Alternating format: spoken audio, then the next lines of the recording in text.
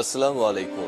সবাইকে স্বাগত জানাচ্ছি। আমি নাসরুল ইসলাম তন্ময়। শুরুতে বিআরবি কেবল সংবাদ শিরোনাম জানিয়ে দেব সর্বশেষ গুরুত্বপূর্ণ আপডেট সংবাদ। শুরুতে শিরোনাম। এবার ঈদ দেশের মানুষের কাছে একটা কষ্টের দিন, অভিযোগ করলেন বিএনপির মহাসচিব মির্জা ফখরুল ইসলাম আলমগীর। এরপর জানিয়ে দিব জনগণের মধ্যে ঈদের আনন্দ নেই, বললেন বিএনপির স্থায়ী কমিটির সদস্য মির্জা আব্বাস। জানিয়ে দিব নিজেদের ভেতরের পশুত্বকে কোরবানি দিতে হবে, বললেন শামীম ওসমান। সহিহভাবে পশু কোরবানির মাধ্যমে নিজেদের ভেতরের পশুকে কোরবানি দিতে হবে বলে জানিয়েছেন আওয়ামী লীগের এমপি শামীম ওসমান। এদিকে জবাইয়ের সময় গরুর লাথিতে প্রবাসীর মৃত্যু।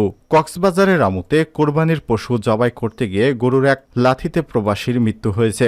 সোমবার 17 জুন ঈদুল আজহার দিন রামু উপজেলা ঈদগড় ইউনিয়নের 8 নং ওয়ার্ডের কোদালিয়াকাটা এলাকায় এই দুর্ঘটনা ঘটে।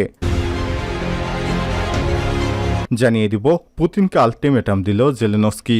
ইউক্রেন যুদ্ধ নিয়ে এখন সবাই ক্লান্ত। এর সমাপ্তি কিভাবে ঘটবে যেন জানা নেই কারো। তবে কয়েকদিন আগেই যুদ্ধ থামানোর প্রস্তাব দিয়েছিল রুশ প্রেসিডেন্ট ভ্লাদিমির পুতিন। তবে সঙ্গে জুড়ে দিয়েছিলেন কিছু শর্ত। এবার পুতিনকে পাল্টা আলটিমেটাম দিয়েছে ইউক্রেনের প্রেসিডেন্ট ভলোদিমির জেলেনস্কি। এবং সর্বশেষ জানিয়ে দিব যুদ্ধ চলাকালীন মন্ত্রিসভা ভেঙে দিলেন নেতানিয়াহু। অবশেষে ভেঙে দেওয়া হয়েছে ইসরায়েলের যুদ্ধ চলাকালীন মন্ত্রিসভা। দেশটির প্রধানমন্ত্রী বেঞ্জামিন নেতানিয়াহু এই মন্ত্রিসভা ভেঙে দেন। প্রিয় দর্শক, এতক্ষণ শুনছিলেন সংবাদ শিরোনাম, এবারে বিস্তারিত। তবে তার আগে বন্ধুরা, আপনি কোন স্থান থেকে আমাদের সংবাদটি দেখছেন কমেন্ট করে জানিয়ে দিন এই সংবাদ সম্পর্কে আপনার মূল্যবান মতামত। প্রিয় দর্শক, আপনি যদি আমাদের চ্যানেলে নতুন হয়ে থাকেন, ভিডিওটি দেখতে দেখতে চ্যানেলটি সাবস্ক্রাইব করে রাখুন, যাতে করে আমাদের লেটেস্ট আপডেট সংবাদগুলো সবার আগে আপনার কাছে পৌঁছে যায়। এবারে বিস্তারিত।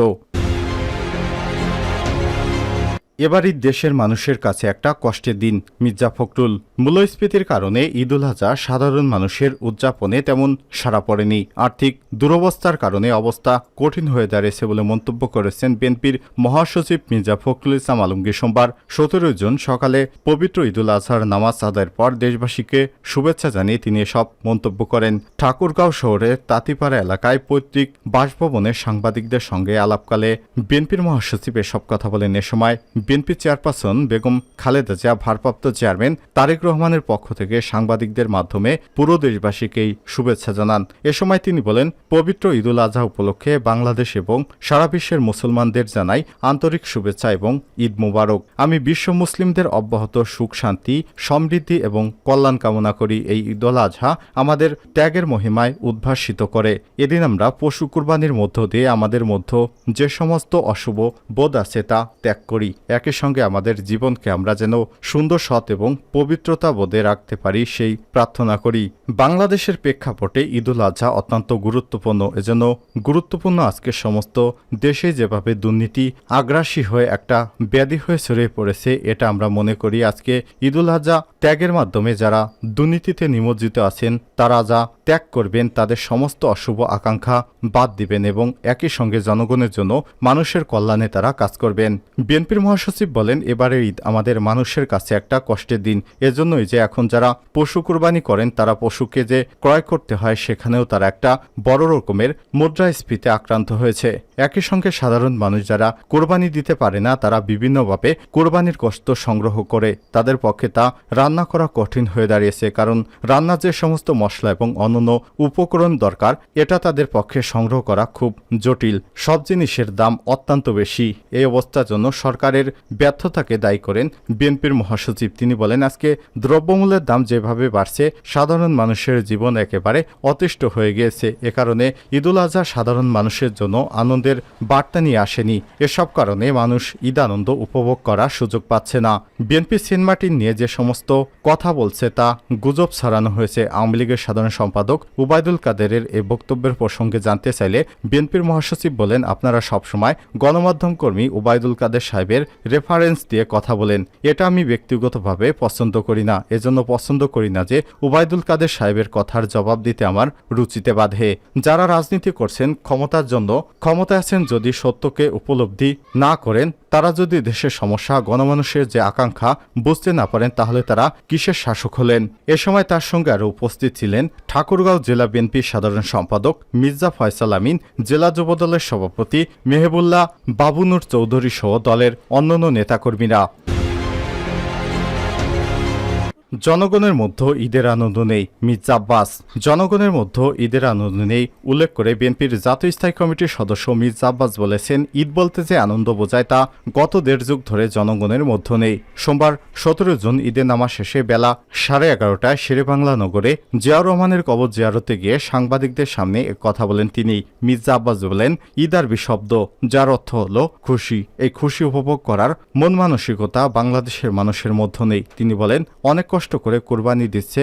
আমার বাড়ি শাহজাহানপুর, পাশে কোরবানির পশুর হাট ছিল। দেখলাম বেশ কিছু ব্যাপারী তাদের গরু বিক্রি করতে পারেনি, অর্থাৎ টাকার অভাব লক্ষ্য করা গেছে। মির্জা আব্বাস বলেন, আজকে জনগণের মধ্যে যে কষ্ট, এটা বর্তমান সরকারের জন্য, বিনা ভোটের সরকারের জন্য। যদি নির্বাচিত সরকার থাকতো তাহলে জনগণের এই কষ্ট হতো না, জনগণের অক্টোপাসের মতো বন্দি অবস্থায় থাকতে হতো না।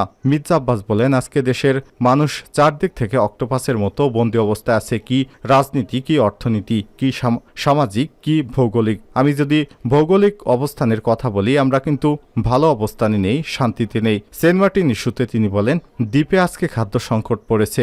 একদিকে তো অভাব যদি আমরা নাও বলি, তাহলে সেই দ্বীপ বিচ্ছিন্ন হয়ে গেছে, ওখানে খাদ্য সরবরাহ করা যাচ্ছে না। কার ভয়ে? তিনি বলেন, অথচ 1989 সালের দিকে এই মিয়ানমারে নতজানু হয়ে বাংলাদেশের তৎকালীন রাষ্ট্রপতি জিয়াউর রহমান তার কাছ থেকে মাপ চেয়ে বিদায় নিয়েছিল।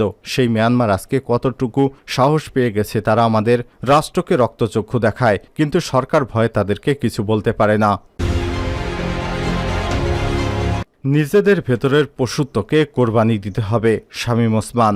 সহিহভাবে পশু কোরবানির মাধ্যমে সবাই যাতে নিজেদের ভেতরের পশুত্বকে কোরবানি দিতে পারে। সোমবার ১৭ জুন সকালে নারায়ণগঞ্জ শহরের মাজদাইর এলাকায় কেন্দ্রীয় পৌর ঈদগাহে ঈদের নামাজ শেষে নারায়ণগঞ্জ ৪ আসনের সংসদ সদস্য একেএম শামীম ওসমান এসব কথা বলেন। এ সময় তিনি প্রধানমন্ত্রী শেখ হাসিনার দীর্ঘায়ু কামনা করে সবার কাছে দোয়া চান। তিনি বলেন, প্রধানমন্ত্রী যেভাবে দেশকে সামনের দিকে এগিয়ে নিয়ে যাচ্ছে, মহান আল্লাহ তাআলা যেন তাকে সুস্থতা এবং নেক হায়াত দান করেন। সবাইকে ঈদুল আজহার শুভেচ্ছা জানিয়ে তিনি আরো বলেন, আমাদের সবাইকে একে অপরের সুখে দুঃখে পাশে থাকা উচিত। আমরা যাতে সবার সুখে সুখী হতে পারি, সবার সাথে সবার দুঃখে দুঃখী হতে পারি, সেই দোয়া চাই। এর আগে তিনি ছেলে ইমতিনান ওসমান আয়নকে সঙ্গে নিয়ে ঈদের নামাজের প্রথম জামাতে অংশ নেন। নামাজ শেষে স্থানীয়দের সঙ্গে কুশল বিনিময় এবং কোলাকুলি করেন। জবাইয়ের সময় গরুর লাথিতে প্রবাসীর মৃত্যু। কক্সবাজারের আমুতে কোরবানির পশু জবাই করতে গিয়ে গরুর লাথিতে এক প্রবাসীর মৃত্যু হয়েছে। সোমবার ১৭ জুন ঈদুল আজহার দিন রামু উপজেলা ঈদগড় ইউনিয়ন ৮ নং ওয়ার্ডে কোদালিয়াকাটা এলাকায় এই দুর্ঘটনা ঘটে। নিহত প্রবাসী আব্দুল কাদির ৪৫ ওই এলাকার মৃত রমাদান করিমের ছেলে। তিনি সৌদি প্রবাসী ছিলেন। ঈদগড় ইউনিয়ন পরিষদের চেয়ারম্যান ফিরোজ আহমেদ ভুইয়া ঈদের জামাত শেষে গ্রামে গরু জবাই করার সময় হঠাৎ গরুটি আব্দুল কাদিরের বুকে লাথি মারে। এতে তিনি অচেতন হয়ে পড়েন। আত্মীয়রা তাকে দ্রুত ঈদগড় মেডিকেল কলেজ সেন্টারে নিয়ে গেলে সেখানে কর্তব্যরত চিকিৎসক পরীক্ষা নিরীক্ষা শেষে তাকে মৃত ঘোষণা করেন। নিহত আব্দুল কাদিরের স্ত্রীসহ 2 ছেলে 5 মেয়ে রয়েছে। এই ঘটনায় ওই এলাকায় শোকের ছায়া নেমে এসেছে।